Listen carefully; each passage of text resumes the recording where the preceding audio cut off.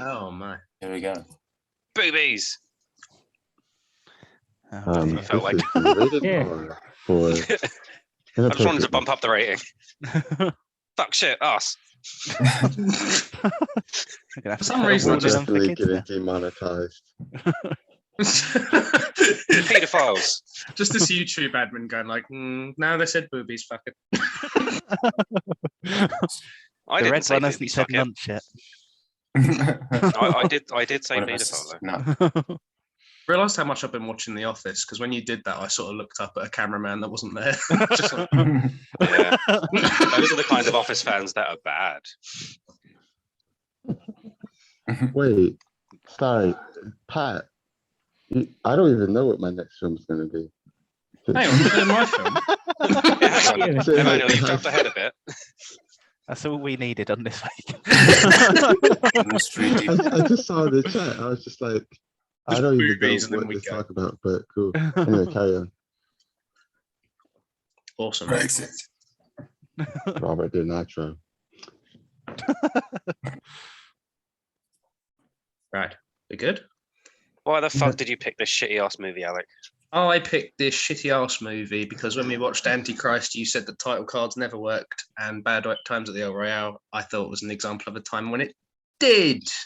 Did I say they never work? Yes.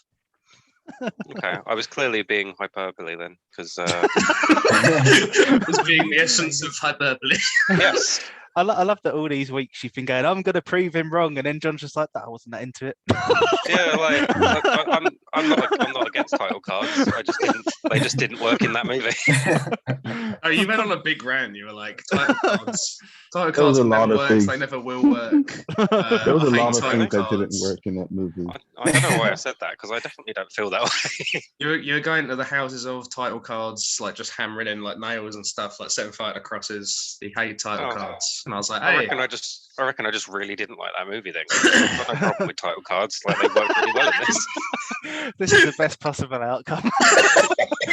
Like this obviously, is some like, A-grade it's, John right here. it's extra weird that I would have gone so hard on it, because like I play a lot of video games, and obviously like title card kind of thing is basically what they do.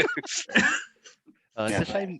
It's a shame that like Antichrist was before the days that we were recording, because we could have just like dropped in a clip then.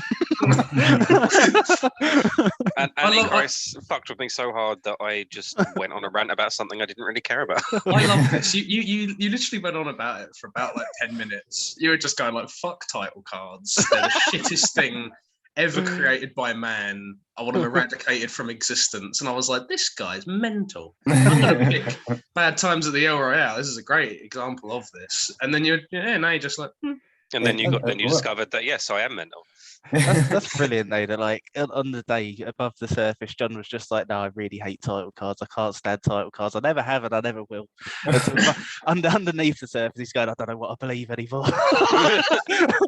Well, it's worse because I don't even remember doing it. Like, if it was a thing where I was committing to it like overly hard and being like, I don't know why I'm saying this. Fair enough, but I don't even remember saying it. Oh, I've been psyching myself up all day. I've had Paul Stanley in going like, live to win. And I'm like, yeah, gotta fucking do it, man. Gotta do it. And then I'm just sitting there all chill being like, oh, these title cards are pretty Hey, nice. I wasn't bothered. You said you hate title cards. I have no strong opinions. I mean, look, at the end of the day, we're all hypocrites and we change our minds constantly. So never mind. The most extreme ambivalence ever. You're welcome. That's brilliant. It's just honestly, I can't have pictured like a better. No, you definitely wanted to fight. Yeah. No, honestly, no. I think this is great. Just, I'm Literally just like, nothing. ready? I have no stake in this. Oh, Nothing that you've predicted this week has happened.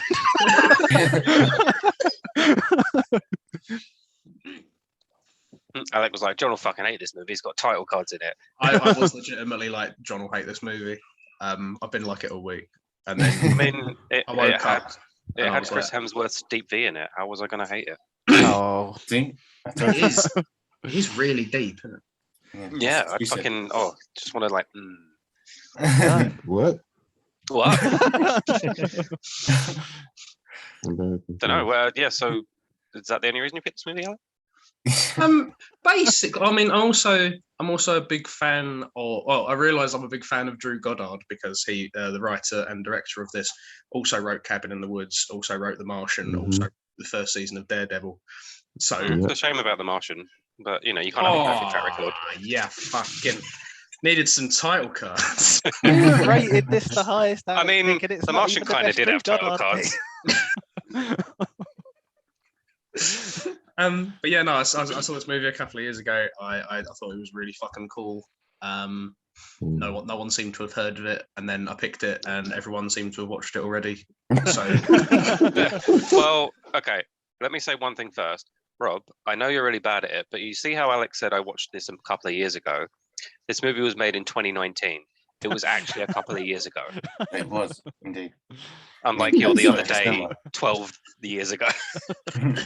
Well, I don't know why I've been brought into this. When I was but a lad, I watched Bad Times at the It just seemed like a good, segue to rib on you. But it's funny. Nick asked me earlier what movie we were watching, and I was like, "Oh, you probably would have heard of it." And then I told her, and she was like, "Oh no, I own it on DVD. I've never watched it, but I've got it because she's worse than I am at watching movies."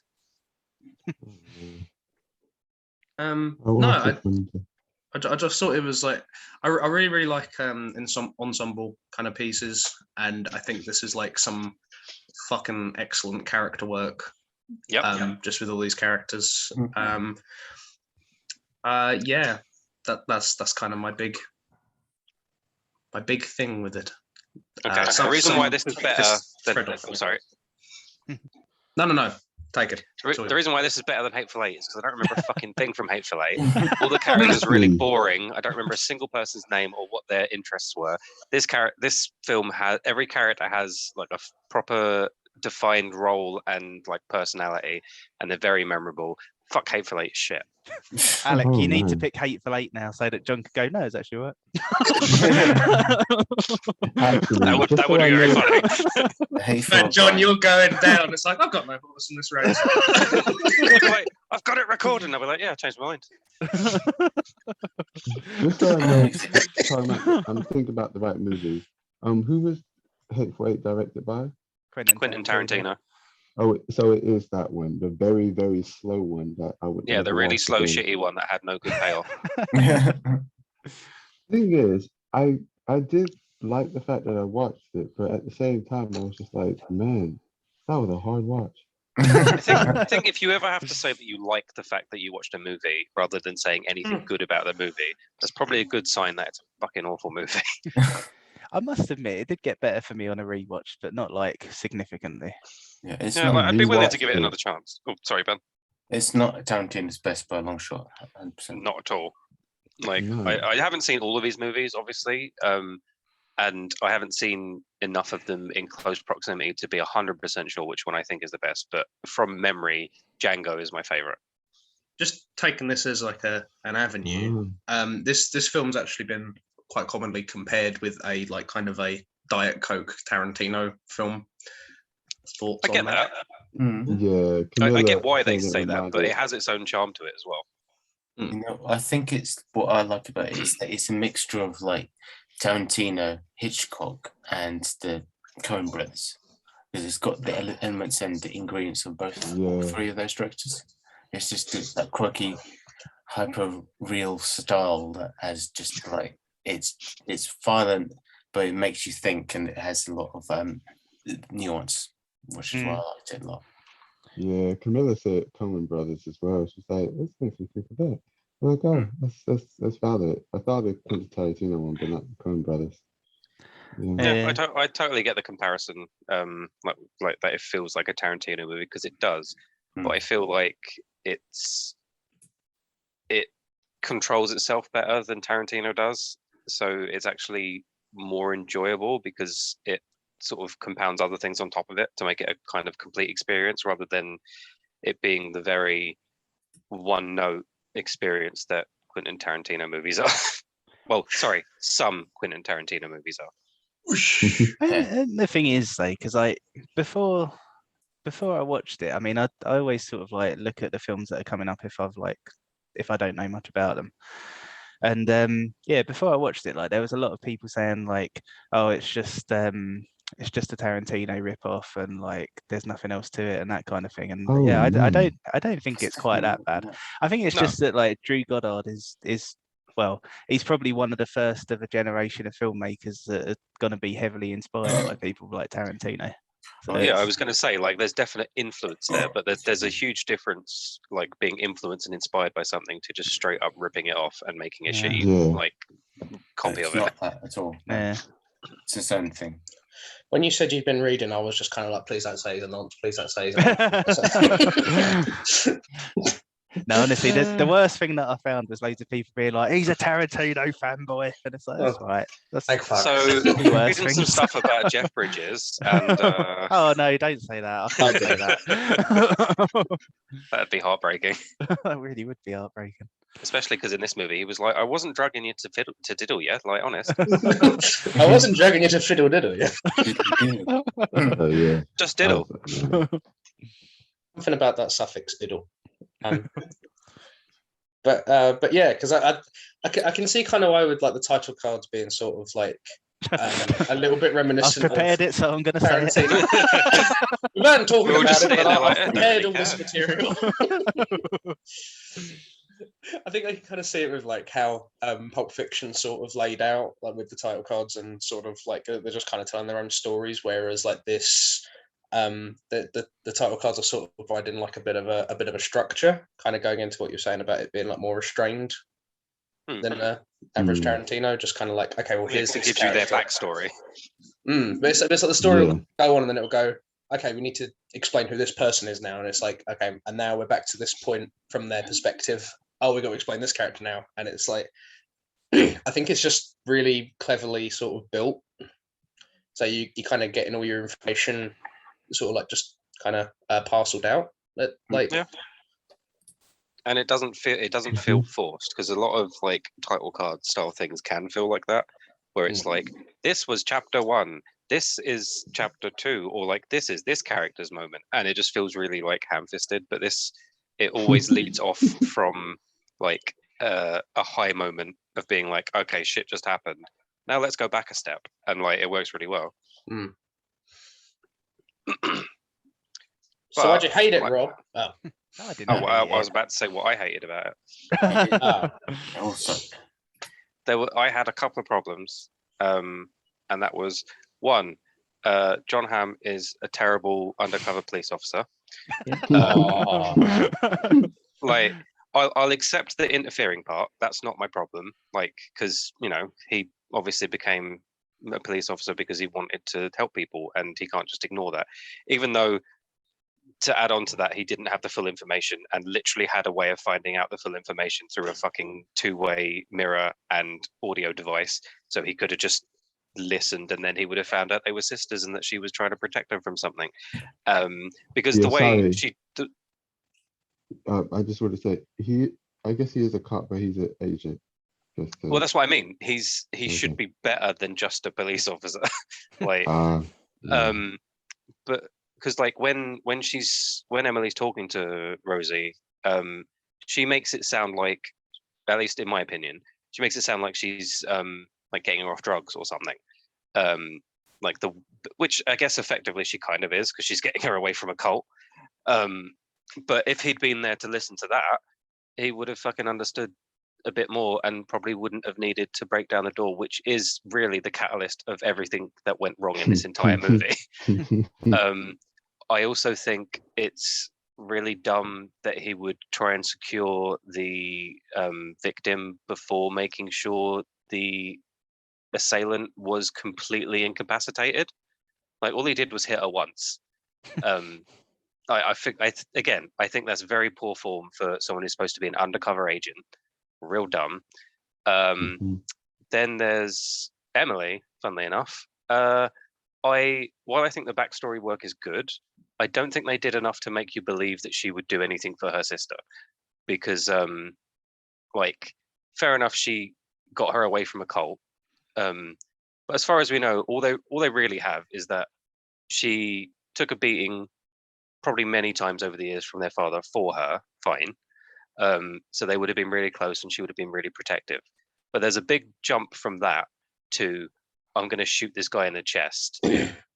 Like I feel like the jumps in what I'm willing to do are a bit much. Well, I've got a good counter for this. The thing with the title cards. No, sorry. I was listening. I was like, oh yeah, go on. They're brilliant in your. No, the thing. So just kind of in response to, I might work backwards actually. No, it might work in the middle. I think because I was thinking about this because when he kind of like breaks in and all that, I was just trying to get in his head really, because like I think that this is sort of like a difference between like a convenience and a contrivance, because I think kind of in that moment, just disable the person with the gun and then free like the victim. He sort of. I think we've got like the setup earlier of him being on the phone to his kid, and I think we've got reason to believe that that's his daughter. He's obviously like really sort of like protective and kind of like doting on her. So like I do agree that that's something that he should have done was make sure that Emily wasn't going to get up again. But I do think it's something you could kind of excuse a little bit, because like he is kind of thinking. I think the reason like he's even chosen to do this is to go like, oh wow, what if this was my daughter? And that's why his first priority is to like go and see to her first. But I think also he's not expecting. He's expecting to just kind of go in there and one punch, he's going to knock Emily out. Not banking on the fact. I see you laughing there, you bloody weeb. But he's not expecting Emily to be able to kind of take a punch, which, obviously having no knowledge of kind of her background of just kind of like her dad beating him up all the time. So he's not expecting her to get up half as quick as she does. He thinks it's just going to be like a one and done kind of thing. But so I think that's sort of something. I agree with you. Like it's definitely like an error in judgment, but I do think it's character based. Yeah, I would say you can argue that it's something the character would do, but I just don't like it. Like I think it's a bad choice because even if his priority is the girl because he's thinking, oh, this could be my daughter, which I totally agree with. My priority would be making sure that she can get away safe and not get caught again. And the solution to that would be to make sure this woman is tied up first. Because even if you incapacitate a criminal, you still, like, fair enough, he wouldn't have handcuffs, but just as an example, you would still handcuff them first, like before moving on to anything else. Because this girl's tied up, yes, and I'm sure there's part of him that's like, oh, I got to set her free as soon as possible. But like, I'm not going to say that there's any way he'd know that she had a gun under the fucking bed, because that would be ridiculous. But like, she could have done anything. She could have picked up something, smacked him, like a million and one things. Yeah. So I get like having a problem with that one. I don't know if the listening in and hearing that they're sisters really holds a lot of water though, because like he's gonna listen in and hear about it. Like, oh, they're sisters. I guess it's fine that she's kidnapped her. Well, no, because I'm not just specifying that one part. I'm saying that if you listen to that entire conversation, it sounds like she's like helping her get over something, which to me sounded like drugs, but could have sounded like anything. I'm not saying that would have dissuaded him from getting involved, but that probably would have changed his approach, realizing that they're actually people who are related by blood, and she's trying to protect her. She could still be fucking crazy, and like she's clearly got this girl tied up, but it would have drastically changed the way he approached the situation. Yeah, I agree that if he had listened, then I don't know. I'm trying to think what I thought the first time, because I didn't think it was drugs. I thought it was like anime. Just no. No, there's no coming off of that. Not the anime. I thought it was just her trying to get her away from some really messed up guy. I mean, yeah, that's the part where she says about the guy, but up until that point, to me, it sounded like it was like drug related, because she was like, "Don't worry, we're gonna get you I can't remember what she said. It wasn't clean, but she said we're going to get you something, Yeah. and that made clear. That's it. Yeah, and clear to me, like I hear that as get your bloodstream clear, get you clear of the drugs kind of thing. So that's how I took Yeah. that. And then obviously she Oh. said about the guy, and I was like, oh, there might still be drugs involved, but then it's clear that. Well, I mean, there still could have been, to be fair, because it's fucking coal. But like, it's clear that that Yeah. isn't the issue. Oh yeah, that was fine. I was just saying that what you said makes sense. I think when I first watched it, I thought that they had been in a situation where I don't know, some really crazy, maybe killer type guy. I didn't think it was a cult or something, but I thought it was like one of these guys who maybe the girl was I can't even remember it. I feel like she was enamored by their like captor or whatever, and she's trying to take them far away, which has happened in probably some kind of stories or whatnot. And then that was kind of confirmed, but it ended up being a cult and it was more messed up. And then she's also killed. And I was like, man, Yeah, I did why like that did kind why of did mystery aspect why of like, did you? go on, sorry. I was just thinking, why did you save your sister? Sorry, carry Yeah, on. I did think that as Um, well. I mean, wait, what? You asking why she didn't save her sister? No, why did she? But I'll get back to that. What were you going to say? Oh, okay. No, I was just gonna say I did like the undertone of the mystery, like kind of going on. Like it wasn't overstated. It was just like on the TV briefly being like, oh yeah, some people got killed this morning, and then I don't know about you guys, but I was immediately like, okay, so someone in this hotel is the killer. Like otherwise, Yeah. there's no point in them introducing this. Mm. And then you find out it's the one you probably would have least suspected. Although, yeah, initially I would say it would be the one you'd least expect. But as you get to know Yeah. them more, you kind of like, yeah. I really Yeah, enjoyed that on the rewatch because the first time I was watching it, I just completely missed the broadcasts and all that. But I like just kind of rewatch. You're kind of going like, oh, what is this? And it's like, yeah, Billy Lee is always like kind of a presence, like from the beginning. Yeah. It's always just that little thing. I really like that. Yeah. I was, even though for her character it makes sense in a way why she saves her sister, it's like what you said, it's bad judgment calls. In that she thought her sister could be kind of, if she was away from the source of the new problem in her eyes for long enough, then she I would mean, go back to how she was. I would Because- say that she. Oh, sorry. Oh, what'd you say? No, carry on. I thought you finished. Um, because of course she said she wasn't like this, or she wasn't violent until you. So Yeah, obviously the there violence was didn't start until you came.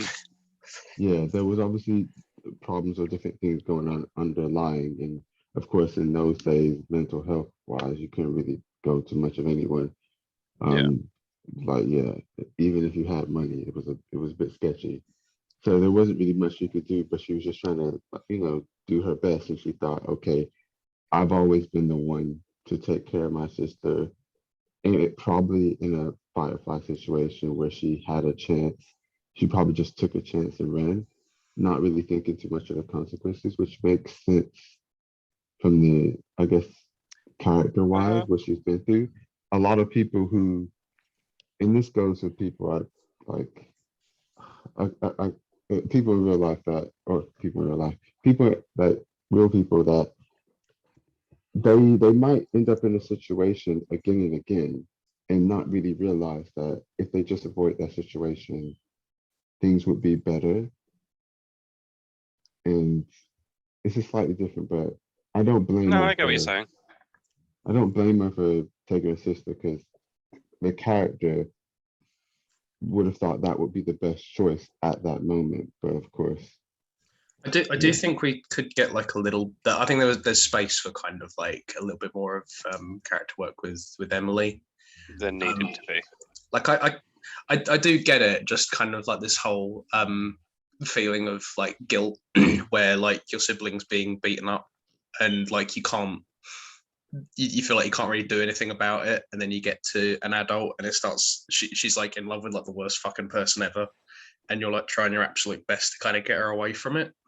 Like I think that's kind of neat. Is like a little sort of character motivation, but I do think we could have got a little bit more sort of time with her. I have like quite a few problems with her character, but I don't agree with what you said, Manny, that she hadn't considered the consequences of taking her, because I mean that they literally talk about it in like near the end. She absolutely knew what consequences were coming her way, but she just didn't expect them that quickly. Yeah, she planned on being ready when he got there. Yeah, but that is one of the things that I have a problem with her character, because so she, despite us not really seeing anything that would technically lead to her being able to cold-blooded murder someone in the face, in the chest, without really reacting at all. Murder you in the face. That, like, her being able to do that would indicate how serious she is about everything and how sort of hardened she is. But yet, she left her sister alone, untied, after telling her she couldn't untie her, and didn't consider the fact that she might call him. Like, I think that's like, yeah, you could argue that she was really focused on the back wall thing, but like her priority is her sister at all times. I found that to be a very out of character moment, and I think it was really dumb of her. Let me think on that. It was really dumb of her. It's one of these things. I don't know how much is like in the moment. She's just thinking, "Crap! I've just had to shoot someone. Wait, there's someone else behind this glass, and all these other things going on." I'm thinking, "What the crap? What the crap? What the?"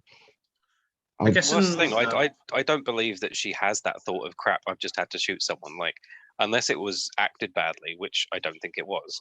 She didn't give a shit about it. I guess like she's possibly looking for anyone else. Like if she's managed to hit Miles by accident, then that doesn't necessarily mean he's the only person. So she's looking to kind of just secure the area, I guess. I mean, no, she's definitely looking for someone else, because she says to Miles that she's probably going to have to kill him because of what he saw. So she wants to make sure that no one else saw it.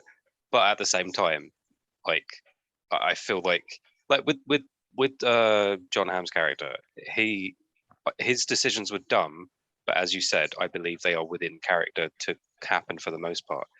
Her decisions, I think, are dumb and kind of out of character for what we know about her.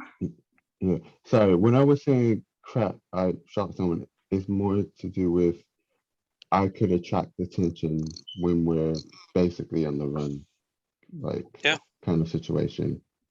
That's fair. Again, I feel like they could have spent a bit more time on her backstory and less time on the singer's backstory, because while she's the only quote unquote normal person in this situation, I feel like that on its own kind of needs less backstory to do with it. Like, I feel like they could have condensed hers down a little bit and you still could have got the same feeling of it. I'm not saying her story isn't important, because it is, but I feel like they could have used more of that time on Emily and Rosie, and that would have made their characters stronger. Yeah, I mean, I feel like if it's kind of like, if you're already at like a 2-hour and 22-minute movie, I'd rather you keep Darlene's stuff. Like, I think Darlene's just kind of just a stronger. I don't know. I just find her stuff like really fucking compelling. And I think like the stuff with the sisters is it's not shit. It's not. I mean, it might have been more compelling if they spent more time on it. Yeah, it's not bad. It's just it's generic as fuck. It could have just used a little bit of punching up, I suppose. That's my. I mean, I thoughts on thought the there was whole plenty film. of punching up. Got him. Fucking you bloody man. But yeah, in summary, I feel like all the characters had very specific personalities and roles, and it was done really well. Except I feel like Emily and Rosie could have done with a bit more. Well, Rosie, I don't think needed more work. Emily needed more work. Rosie was fine as she was. Yeah. Rosie is like mixing names. Rosie is who again? Her sister, the one who stabs Miles at the end. Yeah. Cool. Yeah, got it right. I gotta say that I do like that little introductory sort of scene. I think that's fucking excellent. Like, I think like John Hamm's really kind of carrying it. I think like in that little bit, because like I think the first time I watched it, I was like, "Fucking hell, he's being irritating," and I was just kind of going like, Why was that choice made?" And it's like, "Oh, he's trying to be like as off-putting as possible." Yeah, Mm. he wants people away from him. Yeah, like would you want to have any more conversation with this guy? And like he like really, I don't know. I think it's like quite clever of the script to just kind of make him like purposefully sort of wear out his welcome. Like you're going like, can you fuck off? Can you get out of here? I mean, yeah, he's even being like intentionally racist. Like, even though he definitely, well, at least the feel I get from him, he definitely isn't actually a racist person. He's just doing everything he can to piss everyone off. Like even when he lets Emily go before him, up till that point, he'd been saying to people like, "No," well, he'd just been like, "Yeah, go, like no problems," even though he'd been waiting for ages. But as soon as he does it to her, he's like, "Be my fucking guest." Like he's immediately antagonistic, and it's entirely intentional. It's like with Darlene and Jeff Bridges. He's like, "Right, I got a lot of time on my hands. I can be nice and subtle." And then she walks in and he's like, "I got to condense this one. Be my fucking guest." And then she's like, "All right, fuck you." Yeah, I think that introductory stuff is fucking lovely. Really love Yeah, it's it. great. You hate him, and then you realize that it's all an act. And as I've said before, acting within acting roles, I think, is really clever when it's done properly. Definitely. Which Yeah. everyone's kind of doing to an extent. Yeah, absolutely. I would say, like, Darlene probably the least so, because, like, she's putting on a bit of a front with the priest, but other than that, it's mostly just her being quite reserved and trying to keep to herself. Yeah.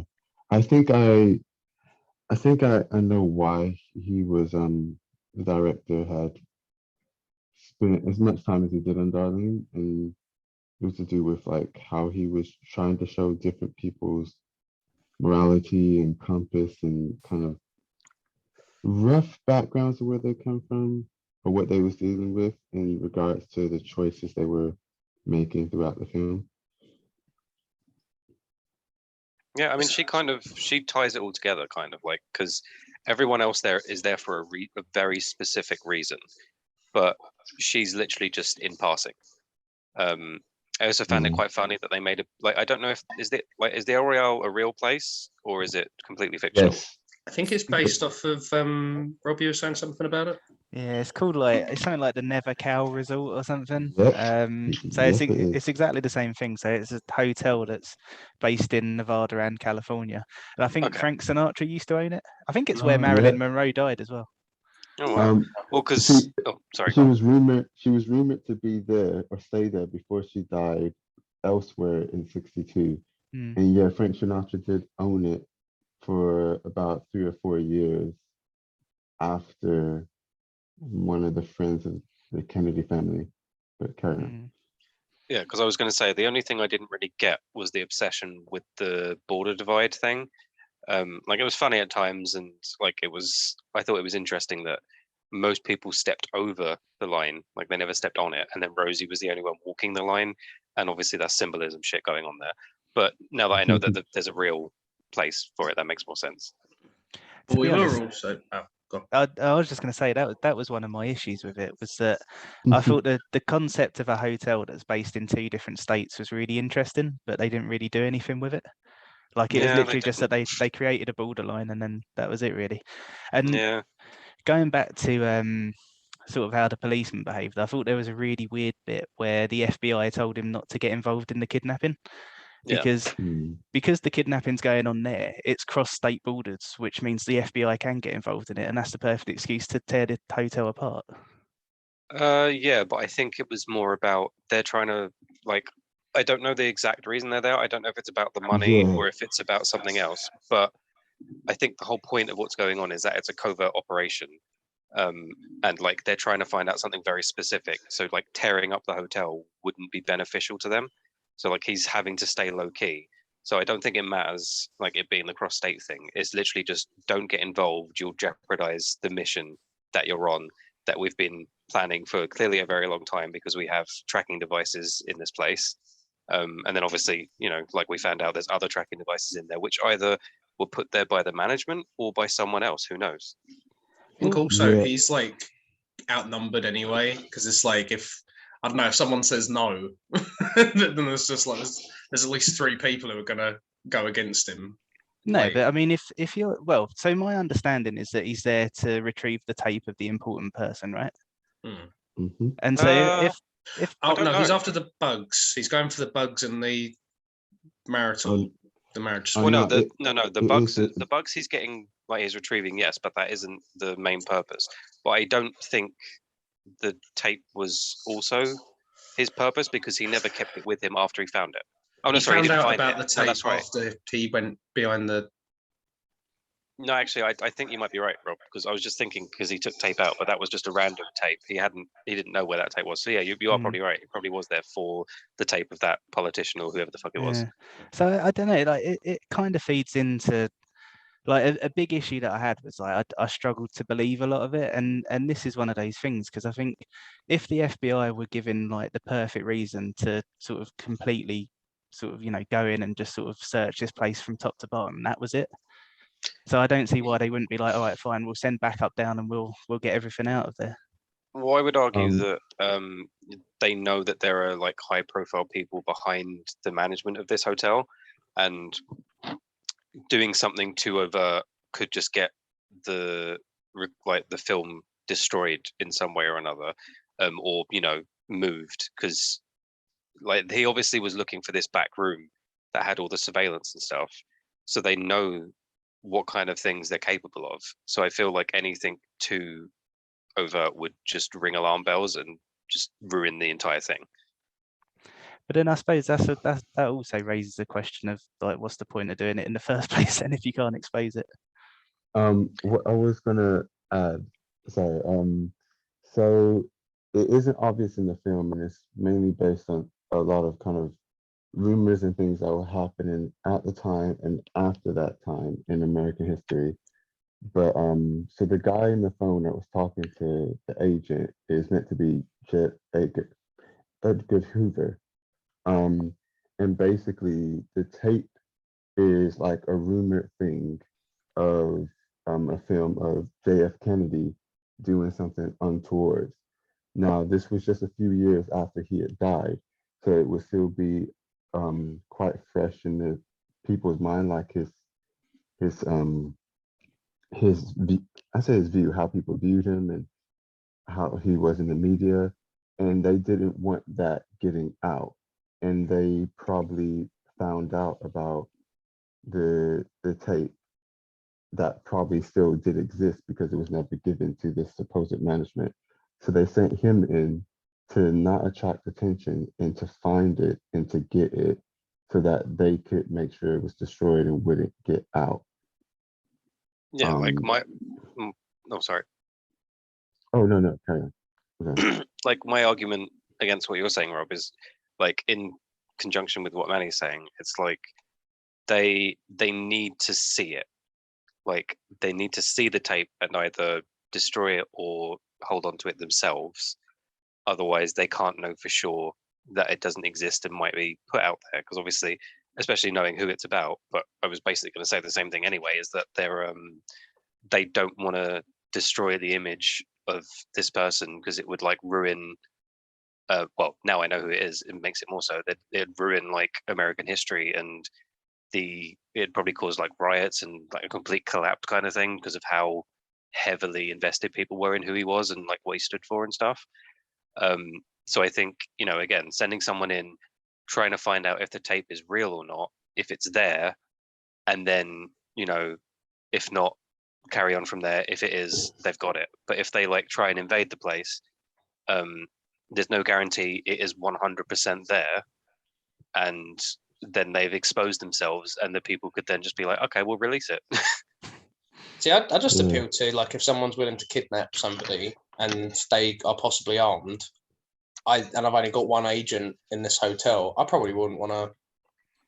it's not a one agent thing though, is it? Because like I said, that would have been the perfect reason to send more people in. So it's not like they would have said, all right, yeah, go and sort it out on your own. But the thing is, they don't want to attract attention as well to this place. Yeah. It's quite noted. The thing is about this place as well, and this goes back to, I think, the history of the real place. Like, it was notorious for not just celebrities and stuff, but also the mafia and mobs kind of funneling alcohol through and all sorts of other kind of things that went on in this place. And they're probably trying to attract as little attention as possible, not to get other people involved, and just do it as low as possible. I guess it's also if it does cause a scene and like it does get out, and then it's like, why was the FBI investigator even there in the first place? And it's like, I don't want to say that we bugged a honeymoon suite. Well, I don't think I mean, to be anybody fair, would, they could cover that up easily. yeah, I don't think anyone would question why the FBI was following a kidnapping plot that had crossed state borders. Like that's what I mean. Like it's the perfect reason to go in there. But that feeds into another problem that I had with it anyway, because like going back to sort of the hotel being in two different states, like I spent a lot of the film being like, oh, what are they going to do with this? And then they didn't really do anything. And I was saying to Alec, like the things that I would have wanted them to explore a little bit, but like his argument was that kind of the things that I wanted from it were things that would have happened before the film to make sort of the people show up and for this film to happen. So I think that was another thing as well. I think I kind of wanted the prequel rather than this. Yeah, like it's a clearly established place, like that has a history by the time we get to it. I think it's the thing, like that's what kind of John Hamm's describing. It's this place where like wealthy people kind of congregate because it's on state borders. You can get away with different shit, and then the whole reason that it's set up as it is so you can catch them doing it. And I think just kind of I think this possibly feeds into why you weren't getting on with Miles, because I think this all feeds into Miles. And it's like his whole performance is sort of like the aftermath of having to work here for any amount of time, and the shit you see. And because it's only like not been like all the rage for like about 3 years or something. So like he's seen all that sort of stuff, and he's had to record it, and that on top of Vietnam War and all that. Like I think like the film you want is like something happening before this. Yeah. To be fair, I get what you're saying, Rob. Like it didn't bother me too much because I wasn't too invested in the idea. I was just like, okay, fair enough. But the fact that it all relies on that speech at the start from John Hamm talking about the past of it is very like, it's kind of, no pun intended, but it's kind of ham-fisted to just like force it in there, like just in one dialogue. But like again, the movie's long. You can only do so much. Yes, I did. I get what you were saying, Rob, as well. Like the whole borderline thing. Literally, the only thing they used it for was to talk about the alcohol and to have Rosie walk on the middle line to like symbolize shit. Yeah, and I think one of the big reasons he kind of included that whole line, and like you said, was also to do with what Chris Hemsworth says earlier on about picking a side or not choosing, and how like it was all to really do with morals and stuff very loosely, but again he didn't yeah, but then they never actually did anything with it. Like they set up plenty, but they never actually acted on it. Well, see, I think the thing with that dividing line, because I was saying kind of like that every time I watch it, I try and focus on like one character in particular and just kind of follow kind of what they're doing and try and get into their head and stuff. Case in point, that one time I did it was with Darlene, and I was going like, why does she get pissed off at I am coming back to the boundary line. I'm like, why does she get pissed off that Jeff Bridges pays for her coffee? And then I was like, just watching it again, I was like, oh right. It's because she's at this hotel against her own, like she doesn't even want to be at this hotel. She's just kind of forced into it. And wait, then did she get pissed off at him for paying for a coffee? Yeah, like I think John Hamm like draws attention to it. Yeah, she wasn't happy. But she like okay. Anyway, carry on. She's at this hotel like against like her own wishes. John Hamm goes, do you want some coffee? And she goes, no. And then he goes, come on, girl, fuck it, pour a cup.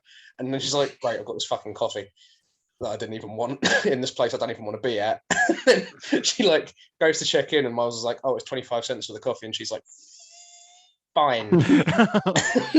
And then she goes to actually like pay for it and take a little bit of agency back for herself, and then Jeff Bridges pays for it, and she's looking at him, and she's like, "You motherfucker!"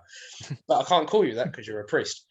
And and See, it's just, I didn't get that from that moment. I thought she was pissed off with John Hamm and not Jeff Bridges. She seemed thankful to him for that, but then annoyed at John Hamm. well, she starts walking off, and he offers to take her bags, and she's like, "No," and she goes, "Sorry, Father, no, thank you. That bit, you know, I can take it from here." And it's like, so I think she was a little bit pissed off at that, but Yeah, but I don't know. it's not- I feel like it was a culmination of things. Like, I don't think she was pissed off about the coffee itself. I think she was just pissed off at that's what I mean. mainly John Hamm, and Yeah. then the fact that he's then like, "You're a woman, you need help." Yeah, it's Yeah. the culmination. Also, I he was says gonna about the say, Hoover, what- doesn't he? He says about Huh? you should have a Hoover for your girlfriends. Yeah, I was gonna say what John Oh, was yeah. saying. Just to, I guess, compound on that. Yes, she was pissed off with John Hamm with the coffee thing, but she was also annoyed at like going along with any of the stereotypes of, oh, you're a woman, you need help, or you're this, you need this, or you're black, you need this. And there would have been a lot of stuff she was probably trying purposely not to conform against. Yeah, I So mean, she'd been in that dealing with it her whole moment, life. exactly. Mm. So in the moment where she was gonna go off at the priest, and then she was like, "Wait, it's not his fault. He's actually just trying to Yeah, help. he's just being nice. So let me actually be nice to him, and then go on. Like I'm a strong, independent woman. I don't need help. It's okay." So the reason I bring this up is because doing all this made me go, right, so it kind of raised like kind of the thing of agency just in the film in general, and it was sort of it like that all kind of took me on a bit of a path of like, oh, okay, and I was looking at Miles, and because Rob was asking about the film, like the significance of why the film rule's even there, and I was like, oh, because just like Darlene, Miles also doesn't have a lot of agency, like kind of in his life, and to be shown kindness and to then like decide on the strength of that he's gonna hide this film from his employers and everything. That kind of gives like a way more significance that like kind of Jeff Bridges and Darlene decide they're not going to burn it because no, they decide they are going to burn it. They're not going to keep it because because if they kept it, it would just sort of like make Miles's sort of like one moment of agency completely worthless, whereas like burning it makes sure it has significance and stuff. And it just took me on this big fucking like just another little facet of understanding of like kind of the film. I started watching it with the boundary line in mind, and I thought it was all very. I thought it was all quite interesting because it sort of like was tying into how these scenes were all kind of shot in relation to these characters and everything, and it was just kind of helping me kind of get into kind of the mindset and everything. So I was seeing it as kind of a the Royale is kind of like a purgatory kind of thing. The California side is like the heavenly side, and Nevada is the hellish side, and all that. And it's like just from the first you can see. So like when Darlene enters, she comes in and she goes to she's like she goes left on the California side, parks on the California side, but has to sleep in the Nevada side, where like Father Daniels is already standing. And I was like, that's kind of neat.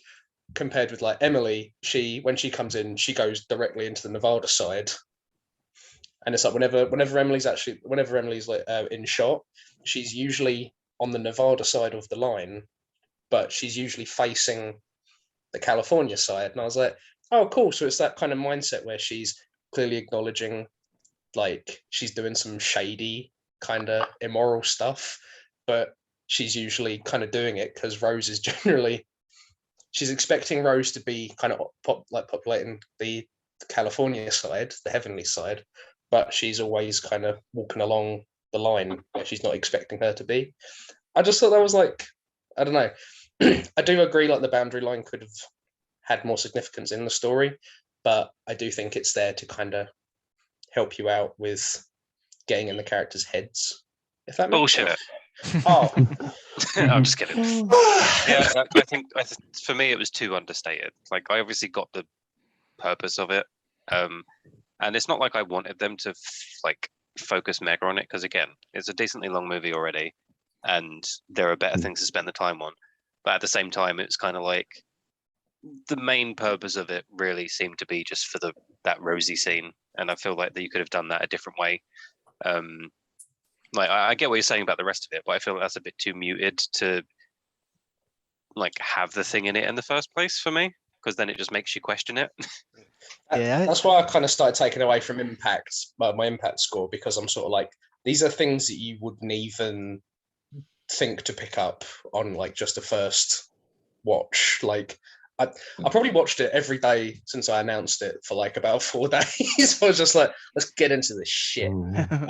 And yeah, I was just sort of picking all this stuff up. I was like, but I have had to do this. Like, I mean, Yeah. the thing for me is like everything that you said is like really cool, and like it's cool that they did that kind of stuff. But Rob just wishes it had lingered on his father's photo a little longer. oh, I just didn't realize he was dead. yeah, no, it's all really cool stuff. Like from a mise en scene point of view, and like yeah, it's all well done from that perspective.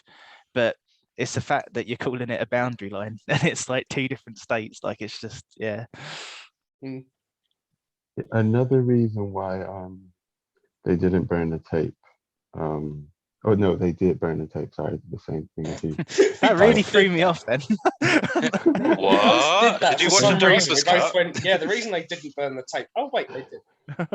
But you said it so casually that I was like, oh shit, this really changes things. And the film ends with them grabbing each other's hands and going, "We're gonna sell this." They blackmail the government. Fuck you, Kennedy. Oh, but yeah, the other reason is that they had both kind of gone through their own moral journey, or well, at least the priest guy did anyway.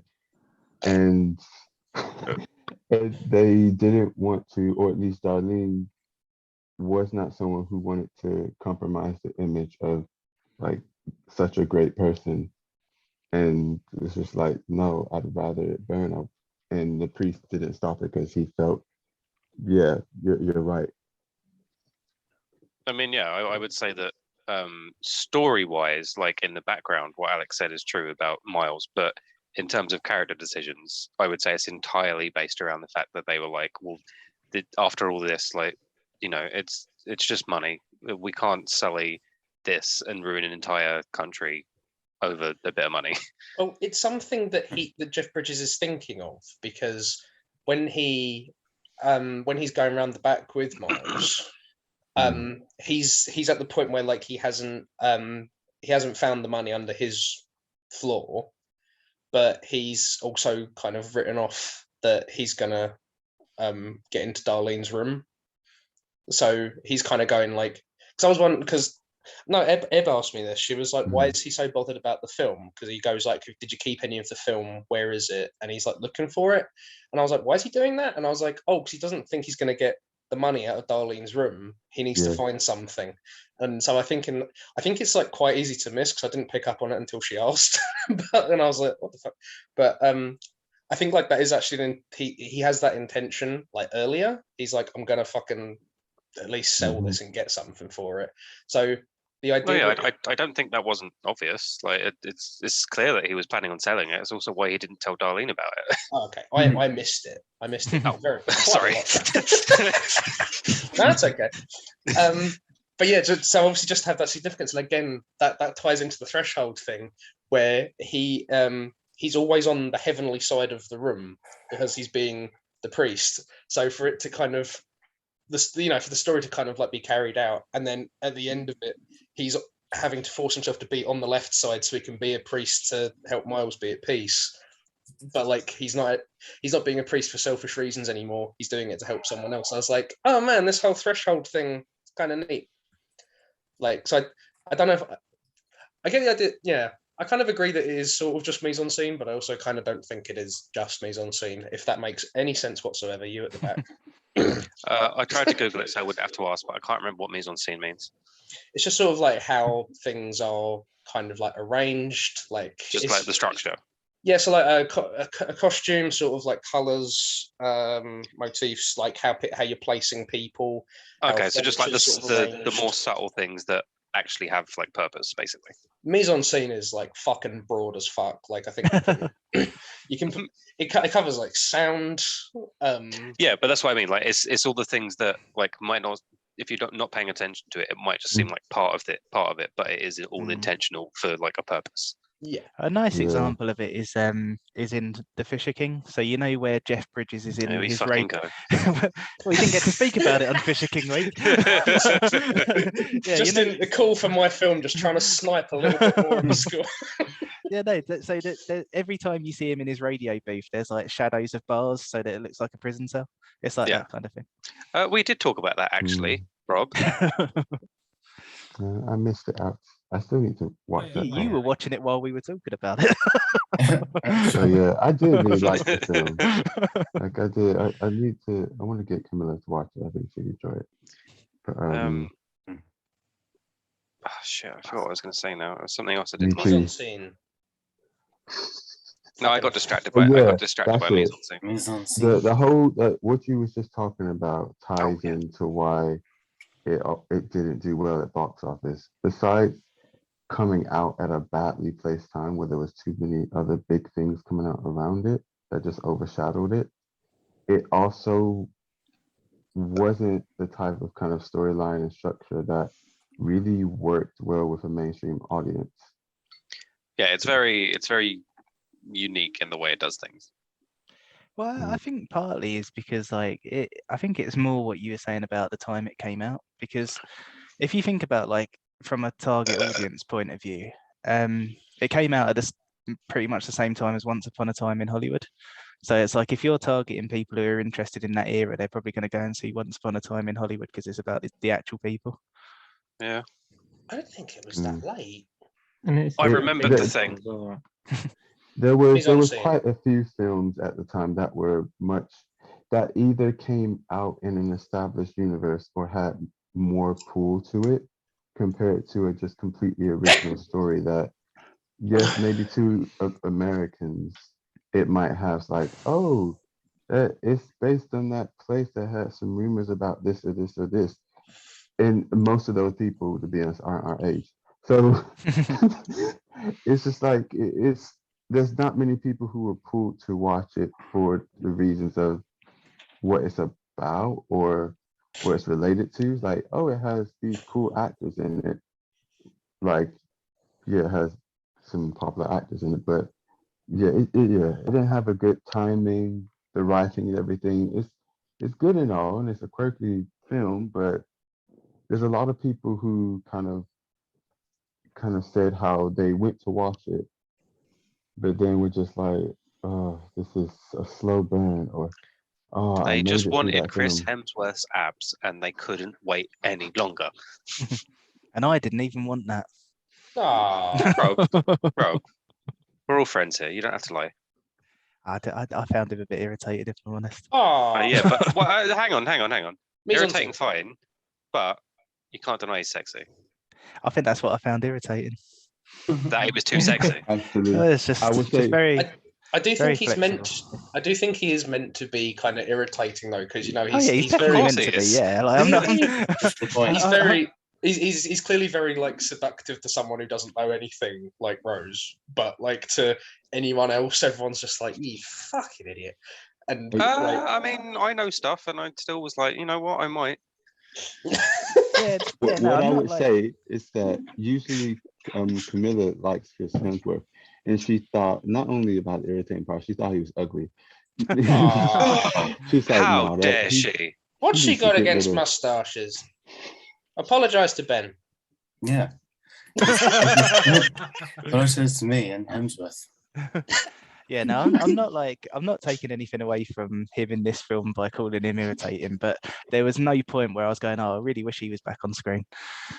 I yeah. really like Billy Lee. I think he's a cool character. But like, I think I like that sort of like exchange the most when he's like trying to do this all with Darlene, and she's just like, I could not give a fuck about anything you're saying. Kill me or don't. Just shut the fuck up. And I was like, oh fucking hell, love it. And That was a he's- great scene because like you're Yeah. expecting her to get in trouble for it, and then he goes to use his like fucking silver tongue, and she's like, "I've heard it all before." like he's getting really agitated, and I was like, Jesus, this guy's really like kind of a bit more fragile than I thought. And I was like, that makes complete fucking sense. He's surrounded by people. He's just licking his ass the whole time, and they're all they don't have any idea about anything. So he like it's just all the easier for him to actually like meet people who aren't interested in anything he's saying.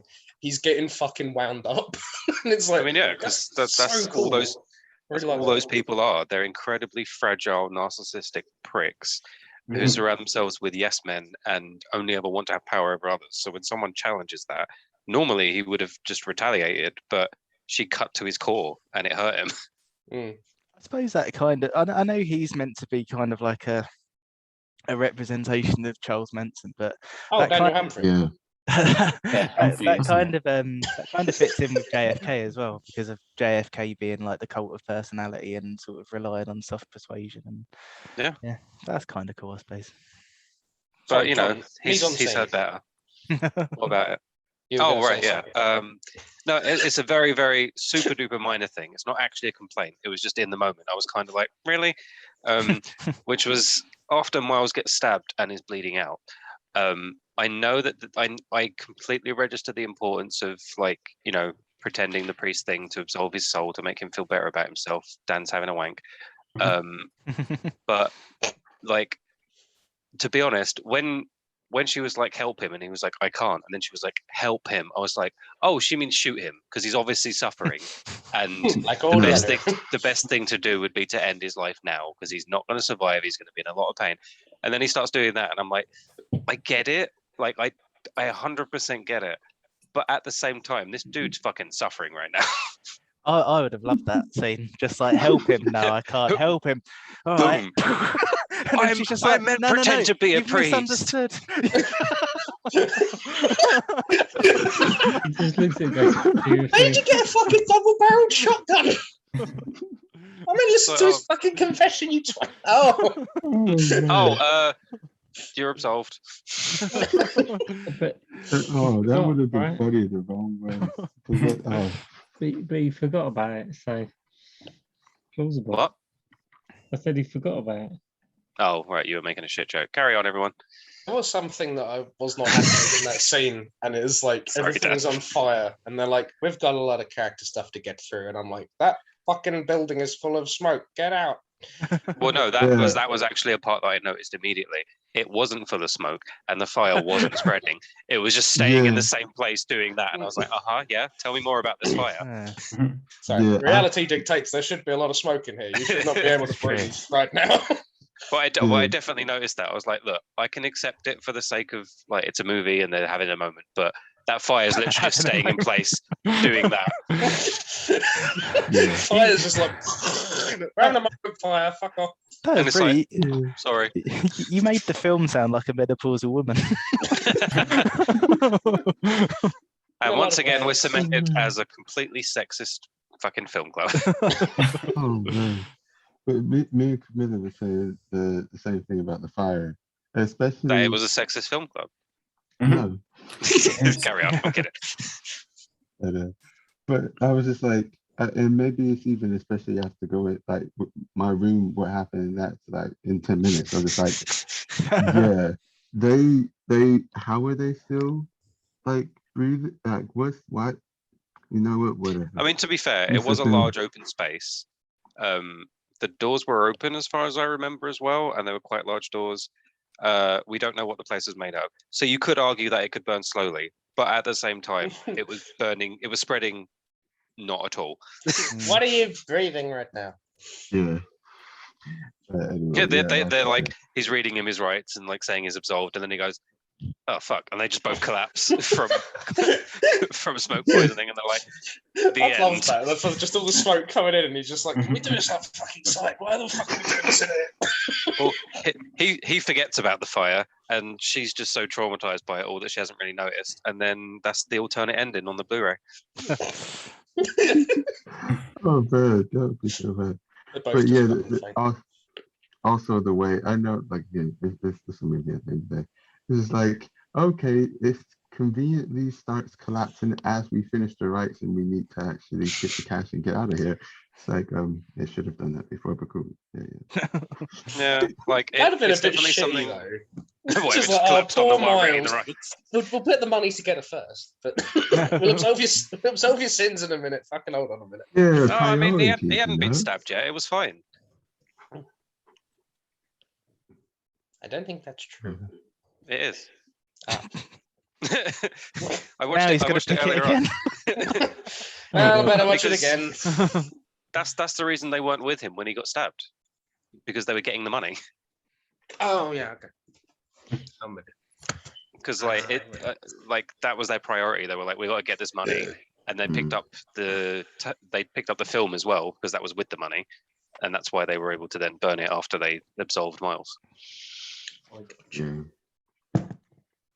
Boom! But, yeah, of Fucking course, title they thought- cards. Title cards. Yeah, John, you hate title cards, but whoa, They're all right. I'm prepared. I must admit, I have no strong feelings either way. when I was watching Raya and the Last Dragon earlier, there was a moment where I was like, I can see why John would have a problem with this. This motherfucker. How many movies do you want to talk about that aren't the one we watched? Well, you know. No, go on. I know you hate I wanna watch this that, one, and you just want to sabotage us all for me. But Like, obviously, only if you can say it without spoilers. But what do you mean? Yeah, no, literally. So, like the whole setup is like Hero, basically. So there's lots of different kingdoms, and yeah, obviously they've all got different names. But every time they started talking about a different kingdom, there was a title card with the name of the kingdom on. And yeah, by the end of it, I was like, no, I see why John finds these irritating. In See- those moments, I prefer if they just had it where the name comes up as you're going across the kingdom. Well, that's what I was going to nice and say. Like looking that tends to be what they do in like video games, for example. Is like you'll get into a new area and it will start doing a panning shot of it, and then like the title of it will come up on the screen, and that's that. If it's literally just telling you where you are, like title cards are kind of dumb. But when it's like part of the story, like it is in this, and it's actually telling you not just what room you're going on, it's like the character, we're going to lead back up to the point we're at, then it's good. But I fucking hate title cards. allegedly. And they're used Previously. incorrectly. Yeah. Previously, John didn't watch the previously. Oh, yeah, sorry, random one. Going back to Lee Pace, very random. If anyone Hang watches the Foundation, because this is what I was going to say, but it kind of slipped my mind. If anyone watches the Foundation, let me know how it is. It looks similar in genre to Dune. If only we had a club where you could pick a movie and make people watch it. And if only Emmanuel didn't know what he was going is it not? It's a TV show. Ah, So okay. what you say, Rob? No, I was just saying if only you Nothing. didn't know what to pick next. Emmanuel just picks a TV show and we're all like, yeah, let's go. And then we watch the first episode thinking it's a movie and we're like, hang on. You see what you've done with fucking bringing up Royale the Last Dragon? Now it's just a free for all. It's like, oh So yeah, Sylvester Stallone. if you're interested in Keanu Reeves, his new movie's coming out soon. Steven Seagal was a right twat, weren't He really still is. he? I mean, yeah. To Unfortunately. be honest, Camilla did want me to pick Pushing Daisies for film club. I was like, but that's a TV show. I'd be very happy. It's like, Oh God, imagine having it's to watch a good. season in a week. To be I mean, to be Pat, fair, when I said, I was just going to say, Pat did suggest a TV club. yeah, and I was going to say, I was kind of on board with it, but it wouldn't be weekly, it'd be monthly. Oh God, no, fuck that. It's a cool idea, actually, to be honest. It's just it. I can. It's a lot of commitment. Yeah. Yeah. Plus, It's too much commitment. yeah. None of us are good Yeah, at I think- commitment. I'm very good at commitment. No, you're fucking not. I watched Bad Times at El Royale 4 fucking times because I was so committed.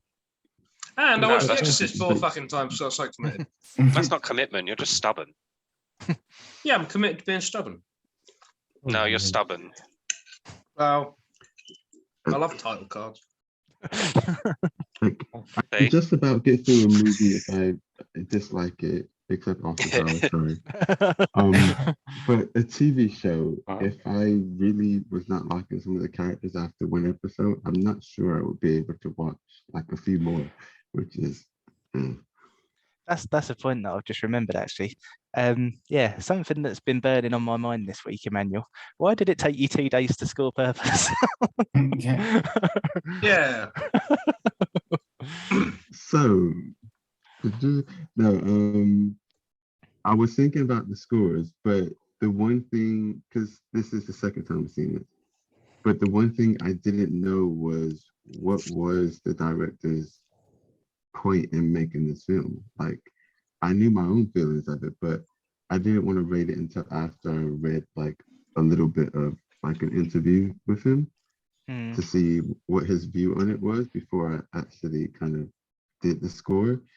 But because of like just how slow I was getting around to everything and how much other stuff I was doing, I didn't end up reading it for like 2 days. Yeah. No, that's fair I enough. was shitting an absolute brick. I was like, what's he gonna fucking do? He's like, it's What? a surprise. And I was like, 1, 10, what? And then it was just 8. I think Pat's ruined 8 for me because it just seems average to me now. Yeah. The thing that made me laugh, because I was like, oh, maybe Emmanuel's just waiting for the call. And then just before the call, you did it. And I was like, what? Something we didn't talk about though is that it got into the Hall of Fame on acting. It did. That's 3 films this round that have all got in on acting. Deservedly so. Wow. Pat, you're very quiet. What did you say?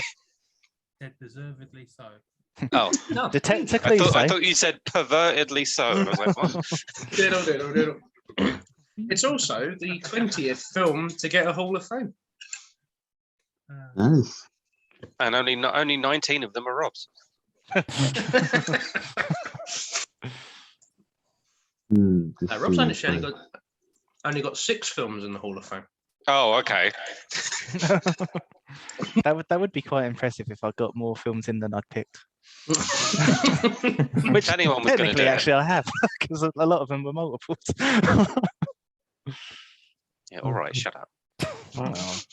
Yeah, you've got 10 Hall of Fame diamonds and only 6 films in the Hall of Fame. Not bad return. Right, so my film is The Greatest Showman. Somebody old Alec.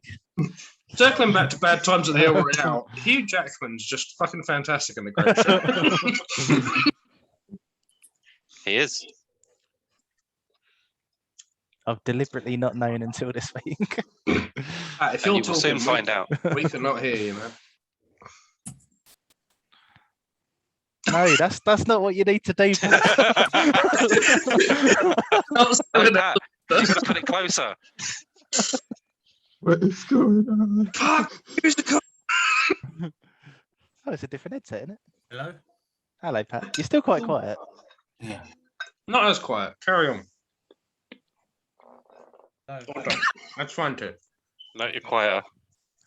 Quieter? Fire? Where's my burrito? Where is Everyone shut up. Where's my burrito? Pat, the everyone excluded you. What's that? What? We're trying to see if we could hear you. I think he's trying to change the settings, so I'll let him off.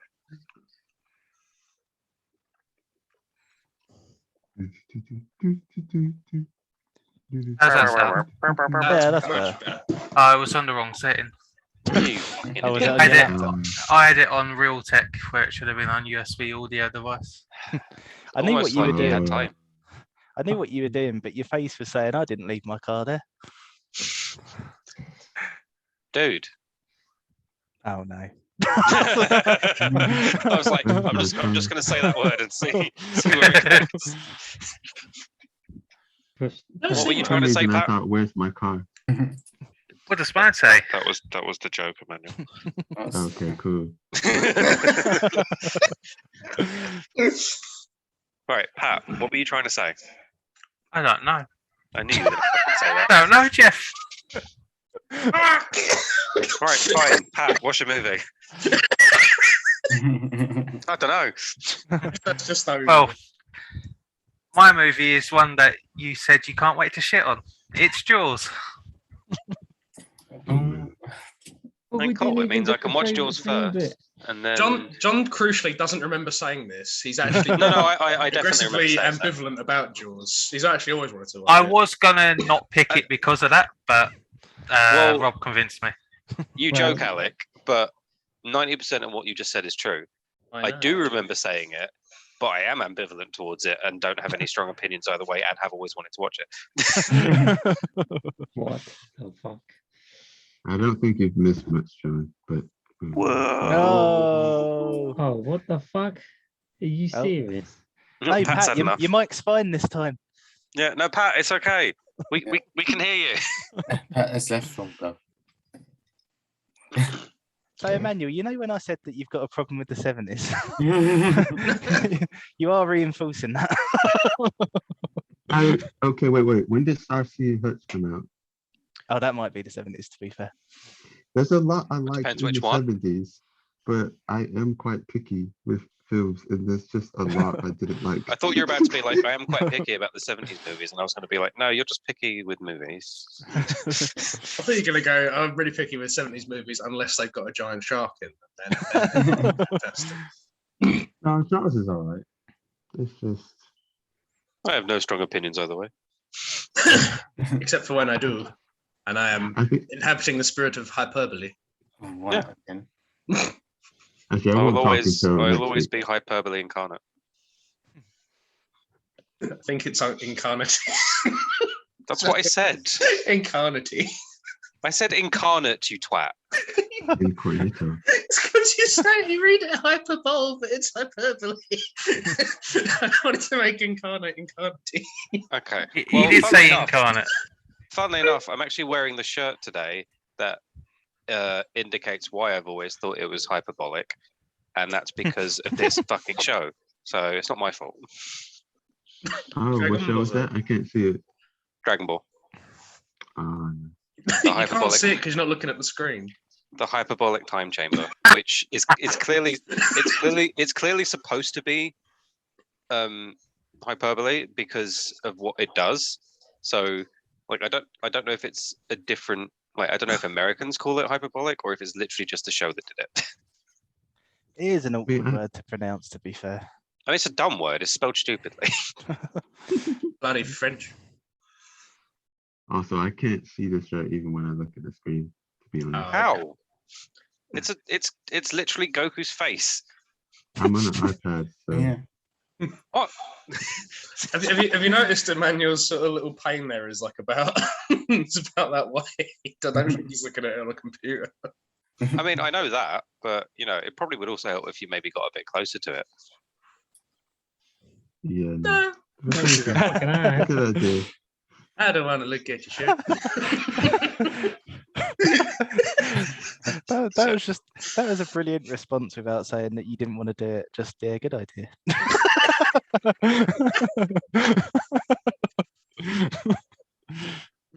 Fucking look at it. Ah, The Dragon blue was one. it?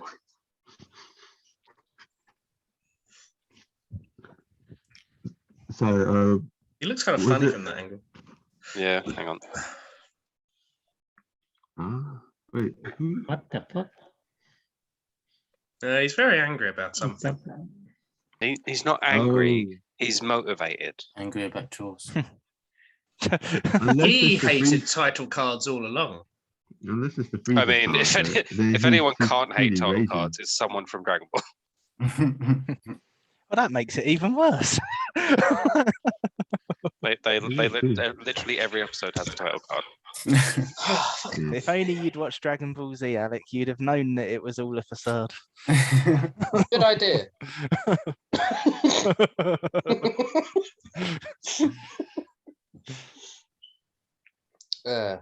John, did you announce your pick? I can't remember, like properly. I did.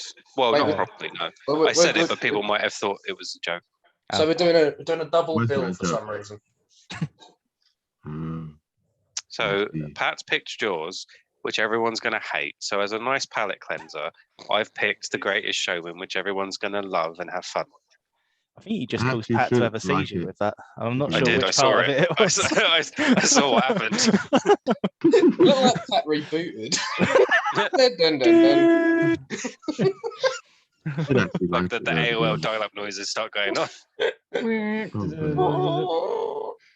Are you serious, John? Yeah. I might have to wait to score The Greatest Showman until I see the Jaws scores. Oh, you you tradie bugger. That's not No, a I'm good joking. idea with me and Dan. I'm joking. You So- fucking bitch. That's it. Well- I'm gonna give it a shit score. I still, You're being shit. I still don't Even understand. though I Why, love not, it, why didn't you just wait a week? You were next, John. That's frozen. You will never know. He's not frozen because I saw his He's eye not move. frozen. He's just doing that thing where he's standing really still. Because Rachel wanted to pick it soon, and I was like, I'll pick it now. And then for some reason, Pat and Rob went weird about it instead of us just swapping the weeks around. You just picked it I next thought it was a week. joke. I quite like the but idea of a double week, if I'm honest. we also could have literally just swapped the weeks, and it wouldn't have made a difference. So who cares? But we're doing a rotation. It's Pat's turn of the rotation, and then next week is you. Alex, shut the fuck up. Oh, I missed an opportunity there, didn't I? Could have finished the recording on that. Yeah, I was like, as soon as I said it, I was like, that's perfect. But Rob wasn't on the fucking ball, was he? You No, dick. it wasn't that time. It wasn't. I I could would- see I Yeah, that. gave you could've another said chance right before there. that. What the fuck? Good idea. It's just not happening. No, It say good hasn't, idea. say- hasn't happened again. That's what your mum said. Oh, I was gonna say, did Ben, Dan, and Pat have any other thoughts about the film?